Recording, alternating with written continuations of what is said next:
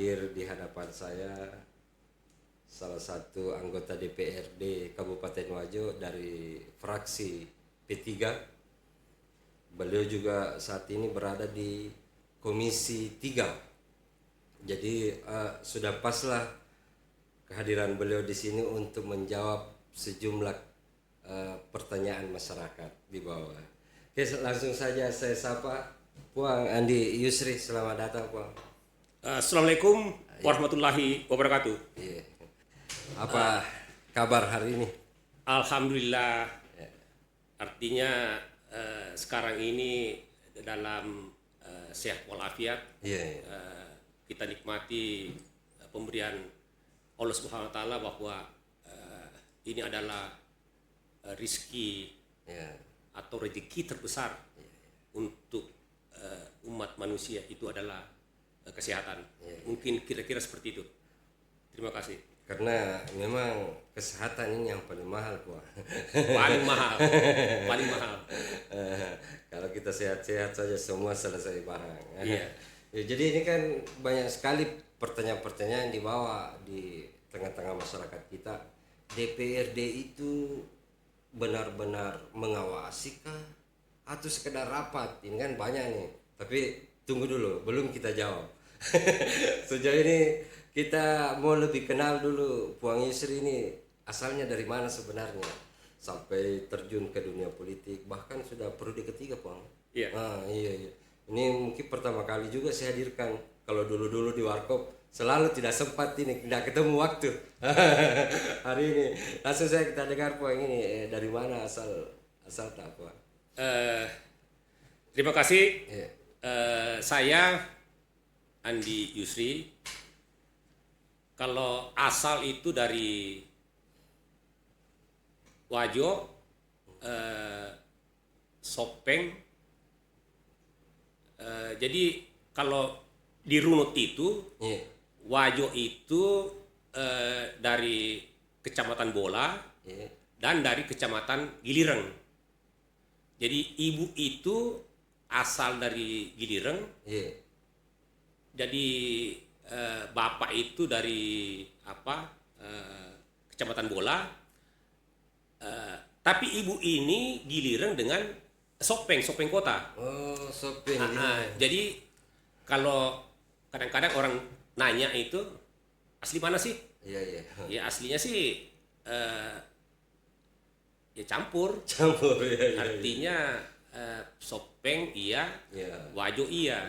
Cuma saya lihat ini lebih banyak Wajonya. Lebih banyak. Karena Wajonya itu saya itu 75%.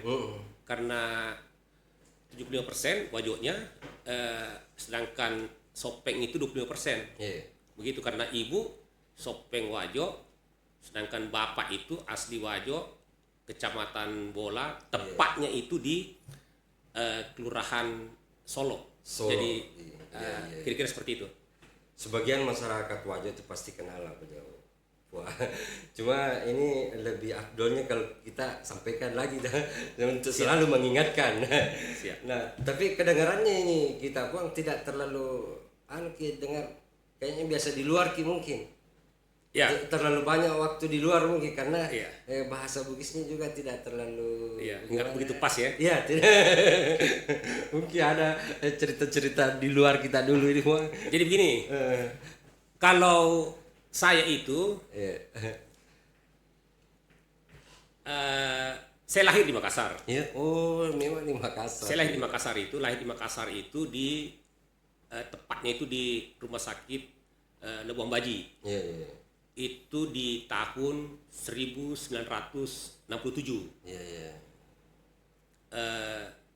Selanjutnya saya SD itu di Jakarta. Oh, pantas ini. SD itu di Jakarta.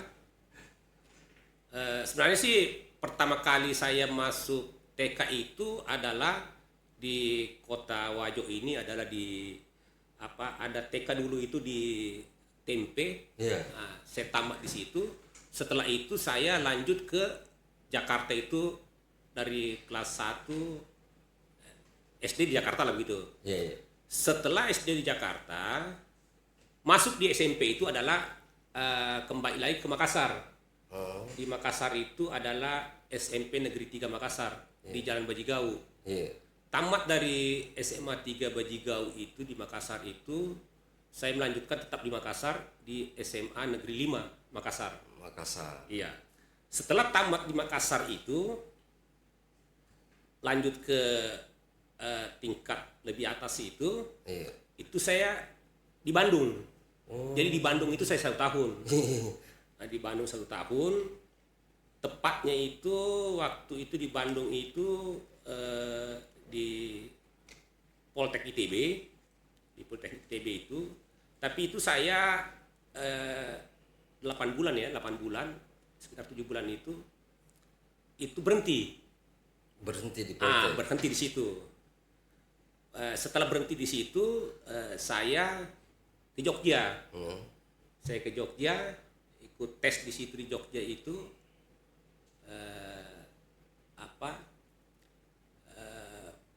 masuk sih, tapi berhenti lagi di situ tuh. Iya, Jadi mungkin waktu itu masih belia, kita masih labil ya. Iya. Kita punya pendirian masih labil karena pada saat itu saya itu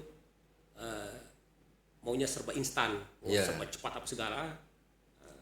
Akhirnya dari Jogja itu kembali lagi ke Jakarta. Kembali ke Jakarta. Iya, masuk ke Jakarta. Ya di Jakarta situlah kami menyelesaikan suatu pendidikan, Iya. yaitu apa namanya, saya mengambil itu di ekonomi. Iya. Iya, jadi ekonomi manajemen itu. Setelah tamat itu kami mengisi waktu itu, tentu orientasi kita kan pada saat itu setelah tamat itu harus mendapatkan Pekerjaan. sesuatu dalam bentuk uang ya. Iya. Karena tujuan kita emang sebenarnya tujuan orang belajar itu, tujuan orang sekolah itu kan untuk memudahkan kita mendapatkan Pekerjaan. uang. Ya Iya. kan, seperti itu. Jadi pada saat itu kami ke Batam. Pada tamat kami ke Batam. Iya. Sekitar 1998 ya waktu itu. 1998, bukan 1998.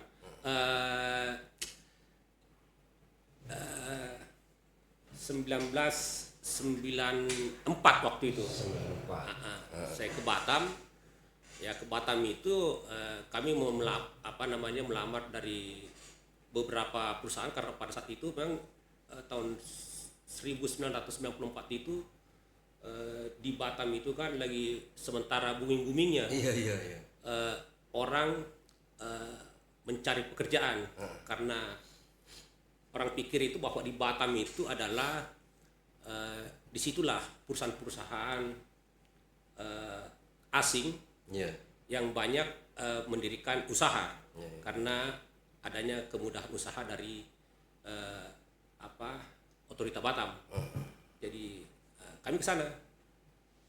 Di sana itu kami sekitar 2 tahun ya, 2 tahun baru kami kembali lagi ke Jakarta. Kembali lagi ke Jakarta. Kembali lagi ke Jakarta. Di Jakarta itu ya tentu kami harus ada usaha. Iya. Jadi saya usaha. Pertama itu di Jakarta itu saya bermain garmen. Garmen, jadi main tekstil lah. Tekstil. Iya. Tekstil. Karena di tahun sekitar 1996 1997 itu kita bermain tekstil itu sangat menjanjikan. Karena kenapa?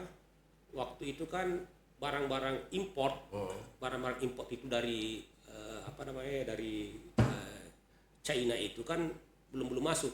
Iya. Perlu diingat bahwa barang-barang China itu masuk di Indonesia itu di 1998, sekitar segitu dia tuh. Itu baru masuk booming itu.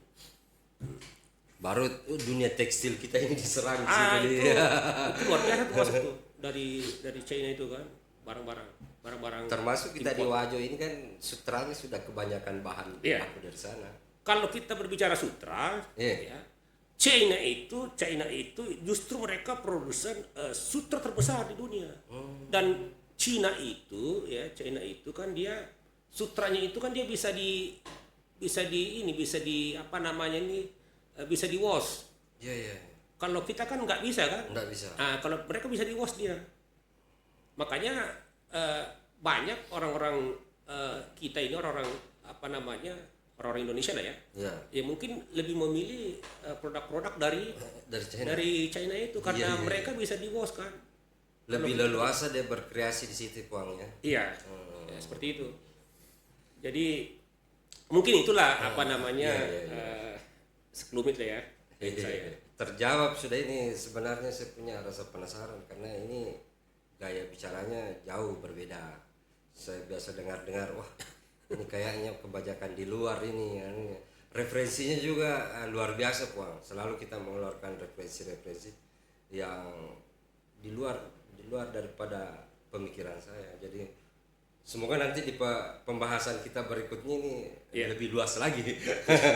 Ya, karena di lapangan itu masyarakat tuh sering melihat masalah-masalah banyak muncul, baru anggota DPR-nya masuk. Nah, jadi kan pertanyaannya ini, pengawasan kita ini memang berbasis reaktif atau berbasis preventif? Ya, itu mungkin bisa sedikit digambarkan ke masyarakat biar lebih paham. Sebenarnya kalau kita berbicara di legislatif itu, ya, pertama kita ambil tujuannya dulu deh. Iya. Apa tujuan lembaga legislatif itu dibentuk? Iya. Ya. Tujuannya lembaga legislatif itu dibentuk adalah untuk mewakili, untuk mewakili masyarakat. Iya. Sebenarnya itu karena lembaga DPR itu adalah lembaga perwakilan. Iya, betul. Lembaga perwakilan masyarakat. Iya. Seperti itu. Kalau ditanya pengawasannya seperti apa? Iya. Jadi begini. Kalau kita sebagai anggota DPR itu pengawasan terhadap pemerintah itu kita melakukan pengawasan yang bersifat monitoring, ya, dan yang bersifat monitoring dan evaluasi. Jadi setelah kita memonitor hasil monitor itu, apabila masih dianggap perlu, maka ya kita berkewajiban datang ke objek Pekerjaan. proyek itu. Iya. Kita datang ke objek objek yang diberitakan itu. Iya. Setelah itu tentu kita dengan teman-teman melakukan suatu evaluasi. Maksud saya ini evaluasi adalah kita sedapat mungkin bisa menilai. Ada penilaian di situ, dalam evaluasi itu ada penilaian. Apakah pekerjaan yang dilakukan oleh pelaksana ini sudah match, artinya itu match dengan perencanaan. Terutama sebenarnya itu, apakah sudah match dengan perencanaan itu. Karena keberhasilan suatu proyek itu sangat ditentukan oleh perencanaan. Sangat ditentukan.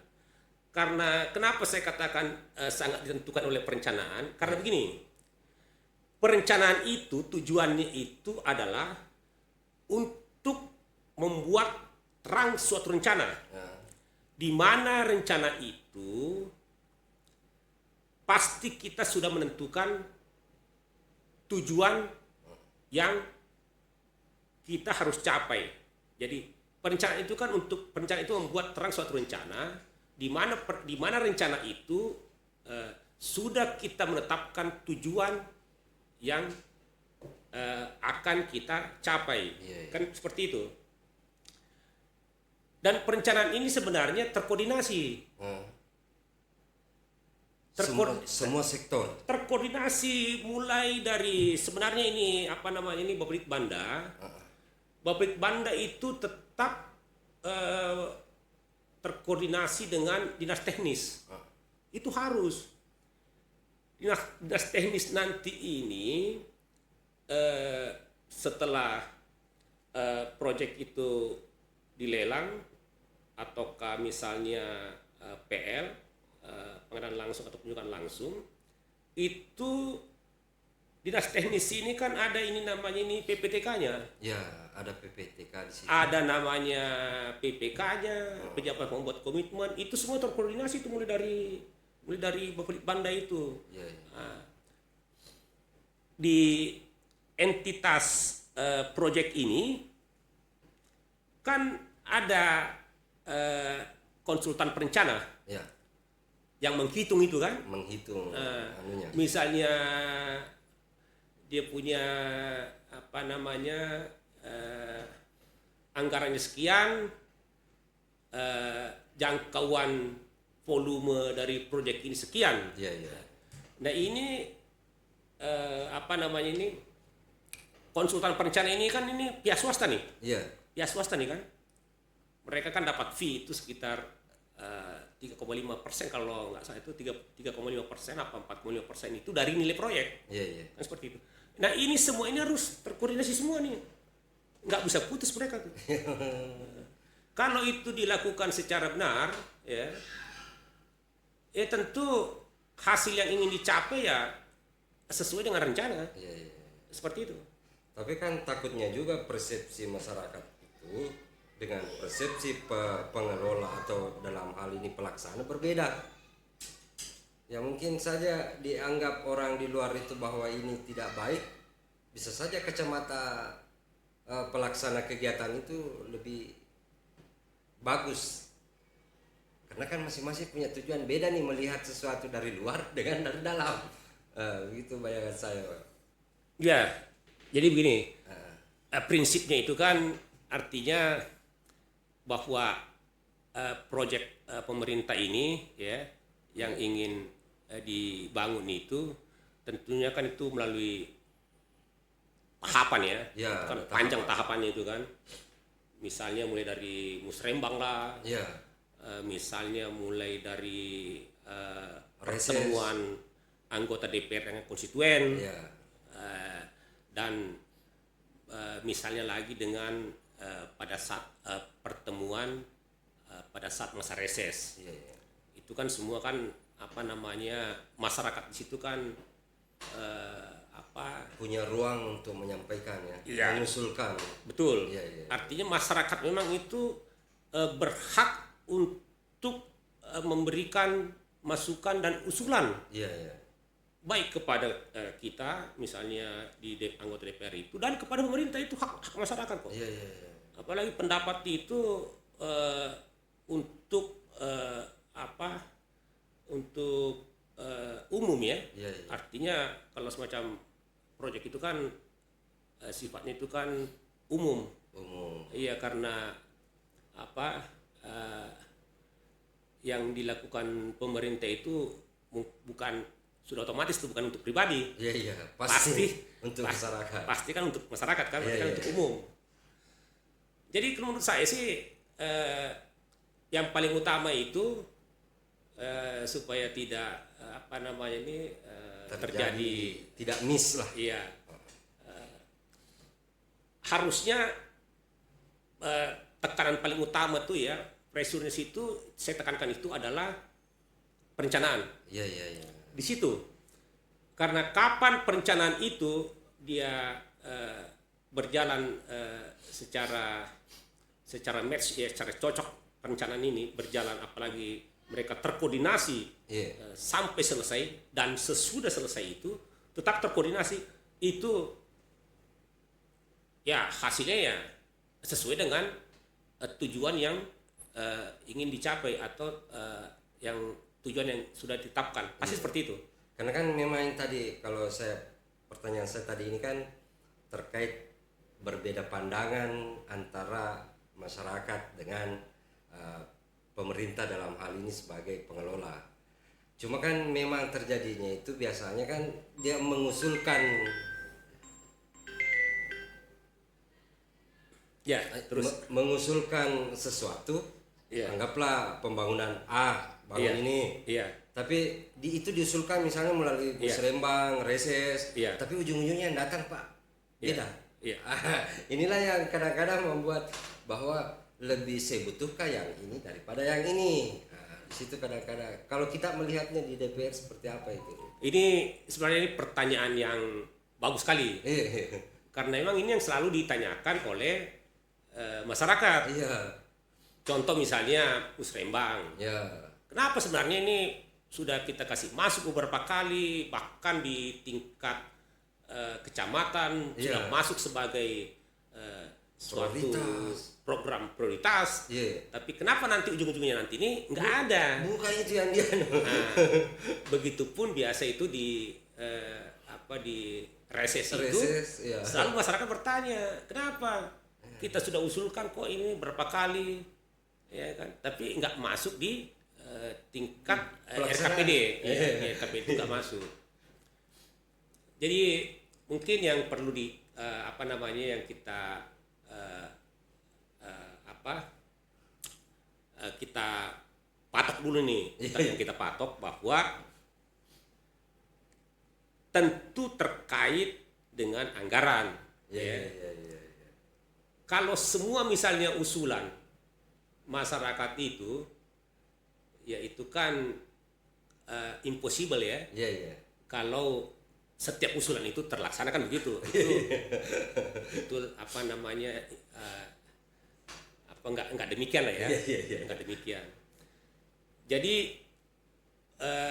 di dalam RKPD itu pasti kan dihitung dulu nih. Iya. Yang dihitung dulu apa? Ya uangnya. Cukup atau tidak? Nah, Iya. ini sebenarnya uang ini setelah keluar untuk belanja wajib, Iya. ya belanja wajib itu kan belanja pegawai itu. Iya, iya. Setelah keluar belanja wajib ini, ada sisa misalnya nih 60% lah ya, anggaplah belanja pegawai itu 40%. Iya, iya. Berarti kan masih ada tersisa tuh 60%. Ini 60% ini nih mau dikemanakan? Nah, dihadapkanlah oleh usulan-usulan masyarakat itu, Iya, iya. baik melalui Musrembang ataupun melalui anggota DPR pada suatu pertemuan atau melalui pertemuan resmi misalnya melalui reses. Jadi seperti itu. Jadi tentu dalam hal ini yang 60% ini, yang APBD 60% ini, Iya. itu kan betul-betul mereka harus Maksimalkan. bisa memasukkan apa-apa saja yang menjadi prioritas. Prioritas ini prioritas yang mana? Iya. Nah, kan begitu. Prioritas yang benar-benar prioritas. Iya. Karena kalau masyarakat itu, kalau dikatakan prioritas itu, ya pasti usulan dia itu dalam pemikiran dia ya prioritas. Iya. Kan seperti itu. Karena ini menjadi kebutuhan sebenarnya sehingga diusulkan. Iya. Cuma sekarang kan kalau kita melihat sekarang ini nih sebenarnya Pemda itu ya pemerintah daerah ya. Iya. Itu secara generalis itu memang biasanya juga itu mereka itu anggarannya itu disimpan. Itu disimpan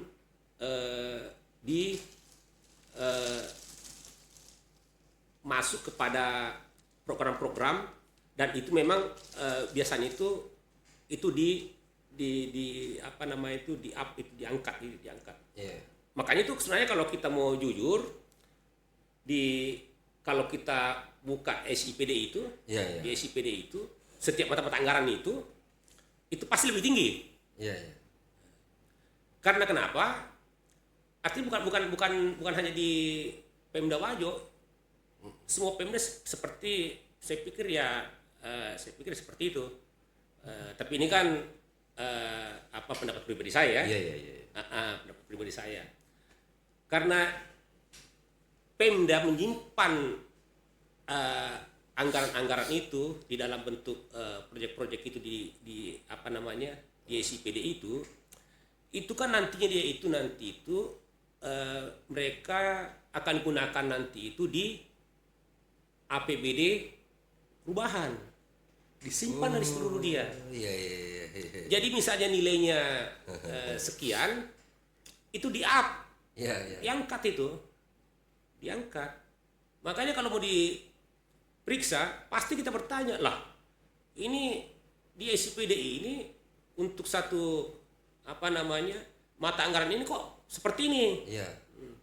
Tapi kalau seperti itu sebenarnya nggak masalah, itu sah, itu nggak apa-apa. Karena kenapa?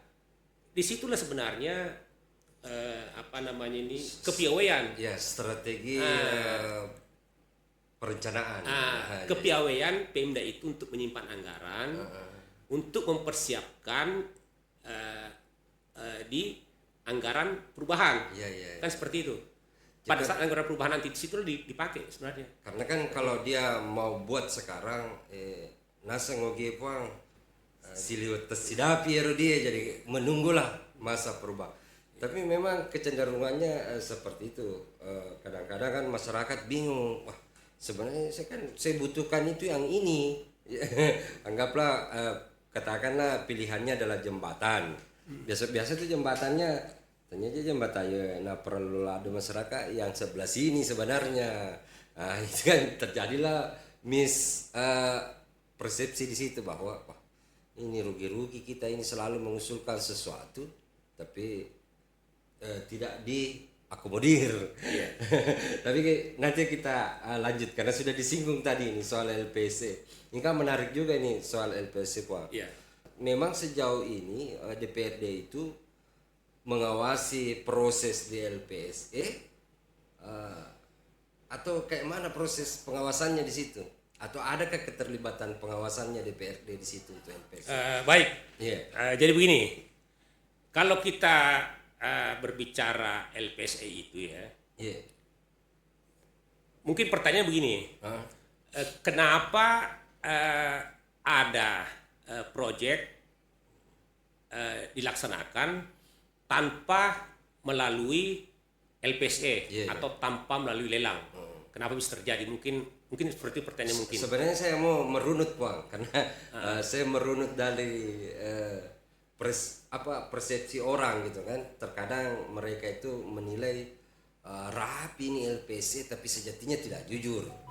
Bahkan ini pendapat orang di luar. Iya, itu pendapat sih bisa-bisa aja kan. Sehingga kita mungkin memberikan dulu semacam pandangan bahwa sebenarnya kejadiannya itu seperti ini. Ya. Tidak mesti seperti itu. Ya. Nanti kita runut masuk di situ tadi. Jadi begini, LPSE dulu ya. Iya, LPSE-nya dulu. Kalau kita berbicara LPSE itu kan di situ ada 5. Yang pertama itu kan adalah e-purchasing. Iya. Ya, e-purchasing. Yang kedua itu adalah pengadaan langsung. Yang kedua pengadaan langsung. Terus yang ketiga itu adalah penunjukan langsung. Iya. Terus yang keempat itu adalah yang keempat ini adalah tender cepat. Tender cepat. Dan yang kelima itu adalah tender. Jadi ini ada 5 nih. Iya. Ada 5. Kalau kita yang pertama dulu deh. Iya. Ini yang e-purchasing. Iya. Ya. Artinya kan ini e-purchasing ini kan pembelian secara elektronik. Pembelian secara elektronik. Kalau pembelian secara elektronik ini kan dia basisnya itu adalah e-katalog. Iya. Itu saja. E-katalog. Jadi apalagi sekarang ini kan kita ini di LPS ini kan sudah versi 6.0. Ya, jadi kemarin kan itu kan adalah versi 5.0 kan. Yeah.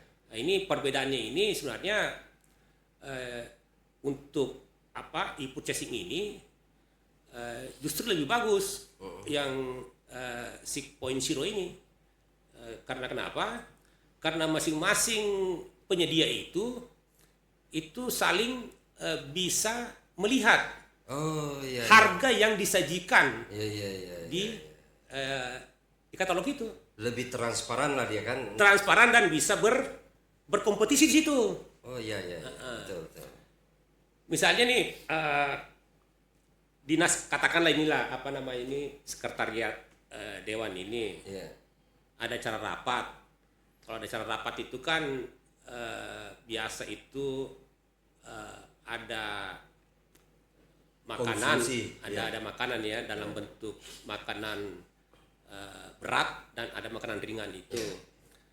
Ya tentu mereka kalau ingin memesan melalui LPSI itu kan dia pasti lihat dulu nih. Ini anggaran untuk satu makanan berat ini berapa sih? Iya iya. Untuk anggaran makanan ringan ini berapa sih? Ya kan? Ya mereka tinggal masuk di situ melihat. Ya, sisa menyediakan dia punya sajian ya. Iya. Iya iya. Dan di situ kan di katalognya itu kan, di elektronik katalognya itu kan ada ininya semua nih, apa namanya, ada spek-speknya semua tuh. Iya. Tinggal yang mana mereka mau pakai, ya sudah tinggal klik itu dia. Ya seperti itu. Dan pembayaran itu langsung kepada penyedia, nggak melalui LPC ini, enggak. Jadi intinya itu basisnya itu adalah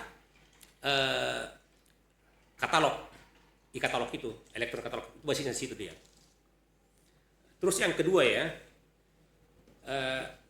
pengadaan langsung. Kalau pengadaan langsung itu kan maksudnya itu pengadaan langsung itu jadi itu di bawah nilai 400 untuk konstruksi itu bisa dilakukan pengadaan langsung. Jadi cukup mereka dari misalnya satu organisasi, satu organisasi itu kan ada PPK-nya, ya PPK-nya itu bisa langsung memverifikasi calon pelaksana ini itu kalau di bawah 400. Terus kalau untuk apa namanya non konstruksi itu 100 juta kalau nggak salah, itu seperti itu. Yang jelas seperti itu. Tapi ada batasan-batasan nilai di situ ya kalau ada. Ya. Kalau untuk pengadaan langsung ada batasan nilai. Iya. Nah, itu masuk kepada pengadaan langsung ya. Yeah. Jadi yang pertama kan tadi purchasing, pengadaan langsung. Terus yang ketiga ini nih, yang penunjukan langsung. Penunjukan langsung. Nah, kalau ini penunjukan langsung ini nggak ada batasan nilai. Oh, tidak ada batasan. Tidak ada batasan nilai. Itu bisa. Jadi berapapun nilainya itu bisa langsung dikerjakan tanpa melalui tender atau kompetisi. Enggak perlu melalui. Oh, berarti di sini dia masuk ini barang. Kan Iya. biasa juga ini ada masyarakat di luar sana yang sering bilang, oh ini tidak pernah tiba-tiba ada ini ditenderkan. Ternyata ada juga ruang itu tadi ya. Iya. Jadi begini, itu kenapa dibentuk itu atau kenapa ada namanya penunjukan langsung? Kenapa ada? Begini, itu memang harus ada. Karena kenapa? Kan sering itu pada saat keadaan tertentu ya, keadaan tertentu. Misalnya keadaan tertentu itu adalah, katakanlah bahwa proyek ini harus segera Selesaikan. harus segera Dilaksanakan. dikerjakan. Ya.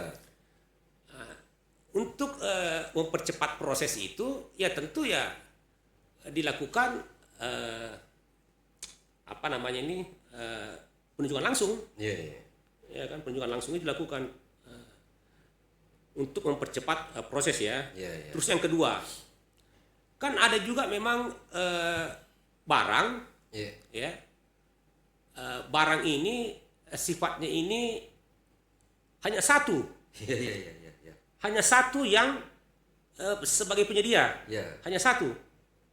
Kan enggak semua itu barang itu bahwa beberapa pabrikan yang buat. Kan begitu. Katakanlah misalnya senjata misalnya kan. Itu kan terbatas tuh. terbatas sekali. Iya. Dan itu juga memang apa namanya ini agak bersifat rahasia ya, Iya. seperti itu. Maka itu dibuatlah ada namanya aturan itu bahwa penunjukan langsung. Dan itu juga sesuai dengan arahan presiden. Seperti itu ada arahan presiden nanti bahwa misalnya untuk bantuan pembangunan jalan misalnya yang di apa namanya ini yang kemarin ini kejadian di Sumatera di Aceh ya, Aceh itu bisa langsung untuk pembangunan percepatan infrastruktur itu ya penunjukan langsung dipakai. Berarti itu bisa masuk juga nih, misalnya anggaplah nih malam hujan deras, malamnya itu udah bawa lari jembatannya air. iya Boleh masuk di sini ya sebenarnya. bisa.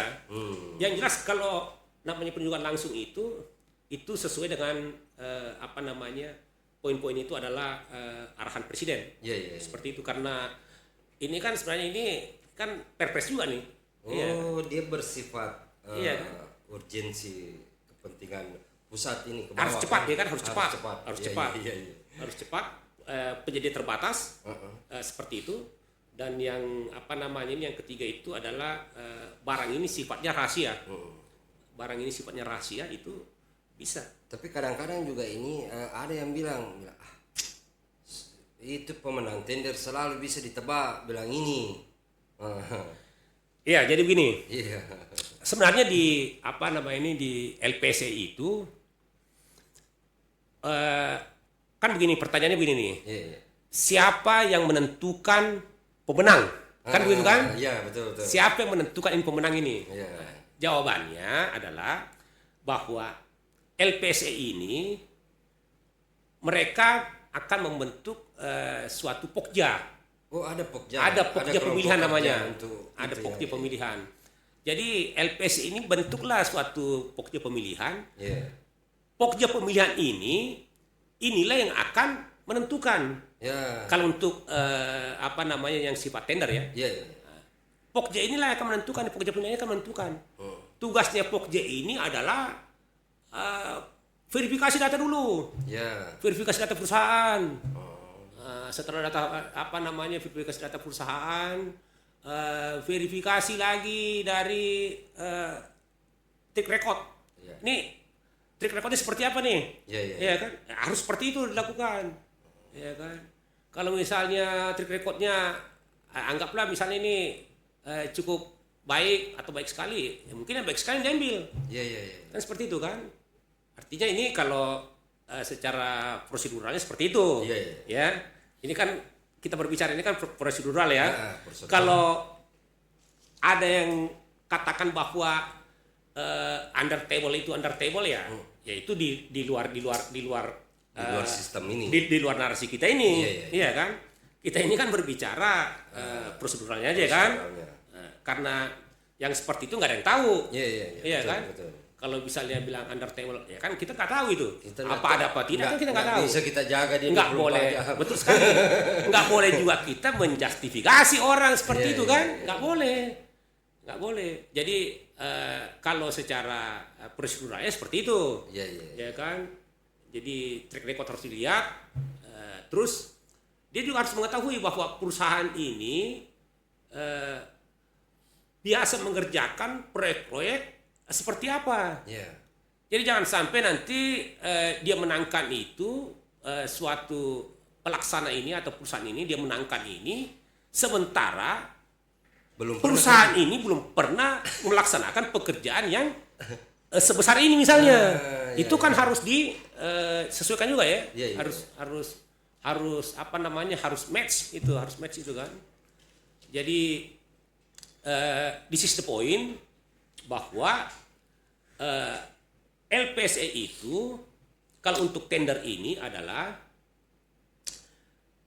dia akan membentuk suatu pokja yang disebut pokja pemilihan, itulah yang melakukan verifikasi semualah yang harus dipersyaratkan sesuai dengan apa namanya aturan yang baku, itu dia akan laksanakan semua. Dan yang menentukan nanti siapa menangnya mereka itulah pokja pemilihan ini, seperti itu. Jadi di situ ditentukan bahwa oh ini yang menjadi pemenang karena ada Pokja itu tadi ya. Iya, yang bekerja. Pokja, intinya Pokja itu. Di sini poinnya itulah. Tapi ketika misalnya anggaplah ada terjadi keluhan di masyarakat ke DPRD bahwa ini tidak transparan nih, begini. Kalau langkah-langkah DPRD itu di situ apa yang dilakukan? Ya kalau seperti itu sih, kalau misalnya ada aspirasi dari kelompok masyarakat atau masyarakat seperti itu ya kita kan sebagai presentasi dari Masyarakat. dari masyarakat ya, presentasi rakyat ya, pasti kan kita harus kita kita layani. Dan pada saat kita layani itu tentu kan kita juga akan melihat permasalahan yang diadukan itu Seperti apa? misalnya bahwa ini nih pembangunan proyek di A misalnya nih kan, ini nggak sesuai nih dengan anggaran lah misalnya seperti itu kan. Ya kan? Ya, pasti kan kalau ada seperti itu ya pasti kita undang nih. Kita undang nih dinas teknis nih. Dinas teknisnya kita undang. Kita undang kepala dinasnya, kita undang misalnya PPK-nya, kita undang PPTK-nya kan seperti itu. Baru kita compare dengan ini, kita compare nih dengan masyarakat ini, ada masyarakat ini kok seperti ini, ya kan? Nanti kan pasti ada jawabannya nanti nih dari dinas teknis ini kan. Seperti ini kan. Adalah alasan-alasan tertentunya. Ada excuse ya. Ada excuse-nya dia kan. Tentu dalam prakteknya sebenarnya itu kita kalau ada aduan seperti itu ya sebaiknya juga kita melihat langsung di lapangan. Turun ke lapangan. Karena kalau kita nggak turun ke lapangan kita nggak tahu nih. Komisi 3 paling sering turun ke bawah. Nah, iya dong. harus juga turun. Jadi untuk memastikan berbagai tadi alasan ini ya. Iya. Kan masing-masing pasti ada. Betul sekali. Jadi setiap begitu memang sebaiknya ya artinya kita itu teman-teman itu ya harus ya turun dong lihat betul nggak nih ya kan. Kalau betul seperti itu ya baru kita undang. Jadi jangan kita setelah ada aduan langsung kita mengundang dinas enggak. Jadi kita turun dulu kita lihat. Setelah kita lihat dalam visual kita cek melihat kan? Kita lihat bisa nih kita kita pertanyakan, kita undang nih, mungkin nanti di situ nanti bisa ada jawaban yang diberikan sebagai dalam bentuk pemahaman. Kalau misalnya mereka nggak bisa menjawab secara benar, ya kan, dari dinas teknis ini, ya pasti kan ketahuan tuh. Iya kan. Berarti kan ada misalnya underspec. Ini di bawah standar nih, ya kan. Jadi tapi kalau saya sih melihat, apalagi sekarang ini nih. Ya harus hati-hati semua karena kenapa sekarang ini nih pengawasan sudah sangat ketat ya kan, artinya itu pengawasan tuh dari mana-mana dari mana-mana sekarang ini nih. Yang paling cepat itu sebenarnya itu pengawasan dari masyarakat itu sendiri ya. Iya, karena sebenarnya begini, itu setiap project itu kan ada papan tuh. Ada namanya papan project. Papan project itu kan tujuannya itu adalah untuk memberitahukan kepada masyarakat bahwa di sini akan dibangun seperti ini. Anggarannya sekian, asal anggarannya sekian. Tujuan dari papan itu adalah sebagai bentuk partisipasi masyarakat untuk melakukan pengawasan. Itu sebenarnya. Itu fungsi papan proyek itu.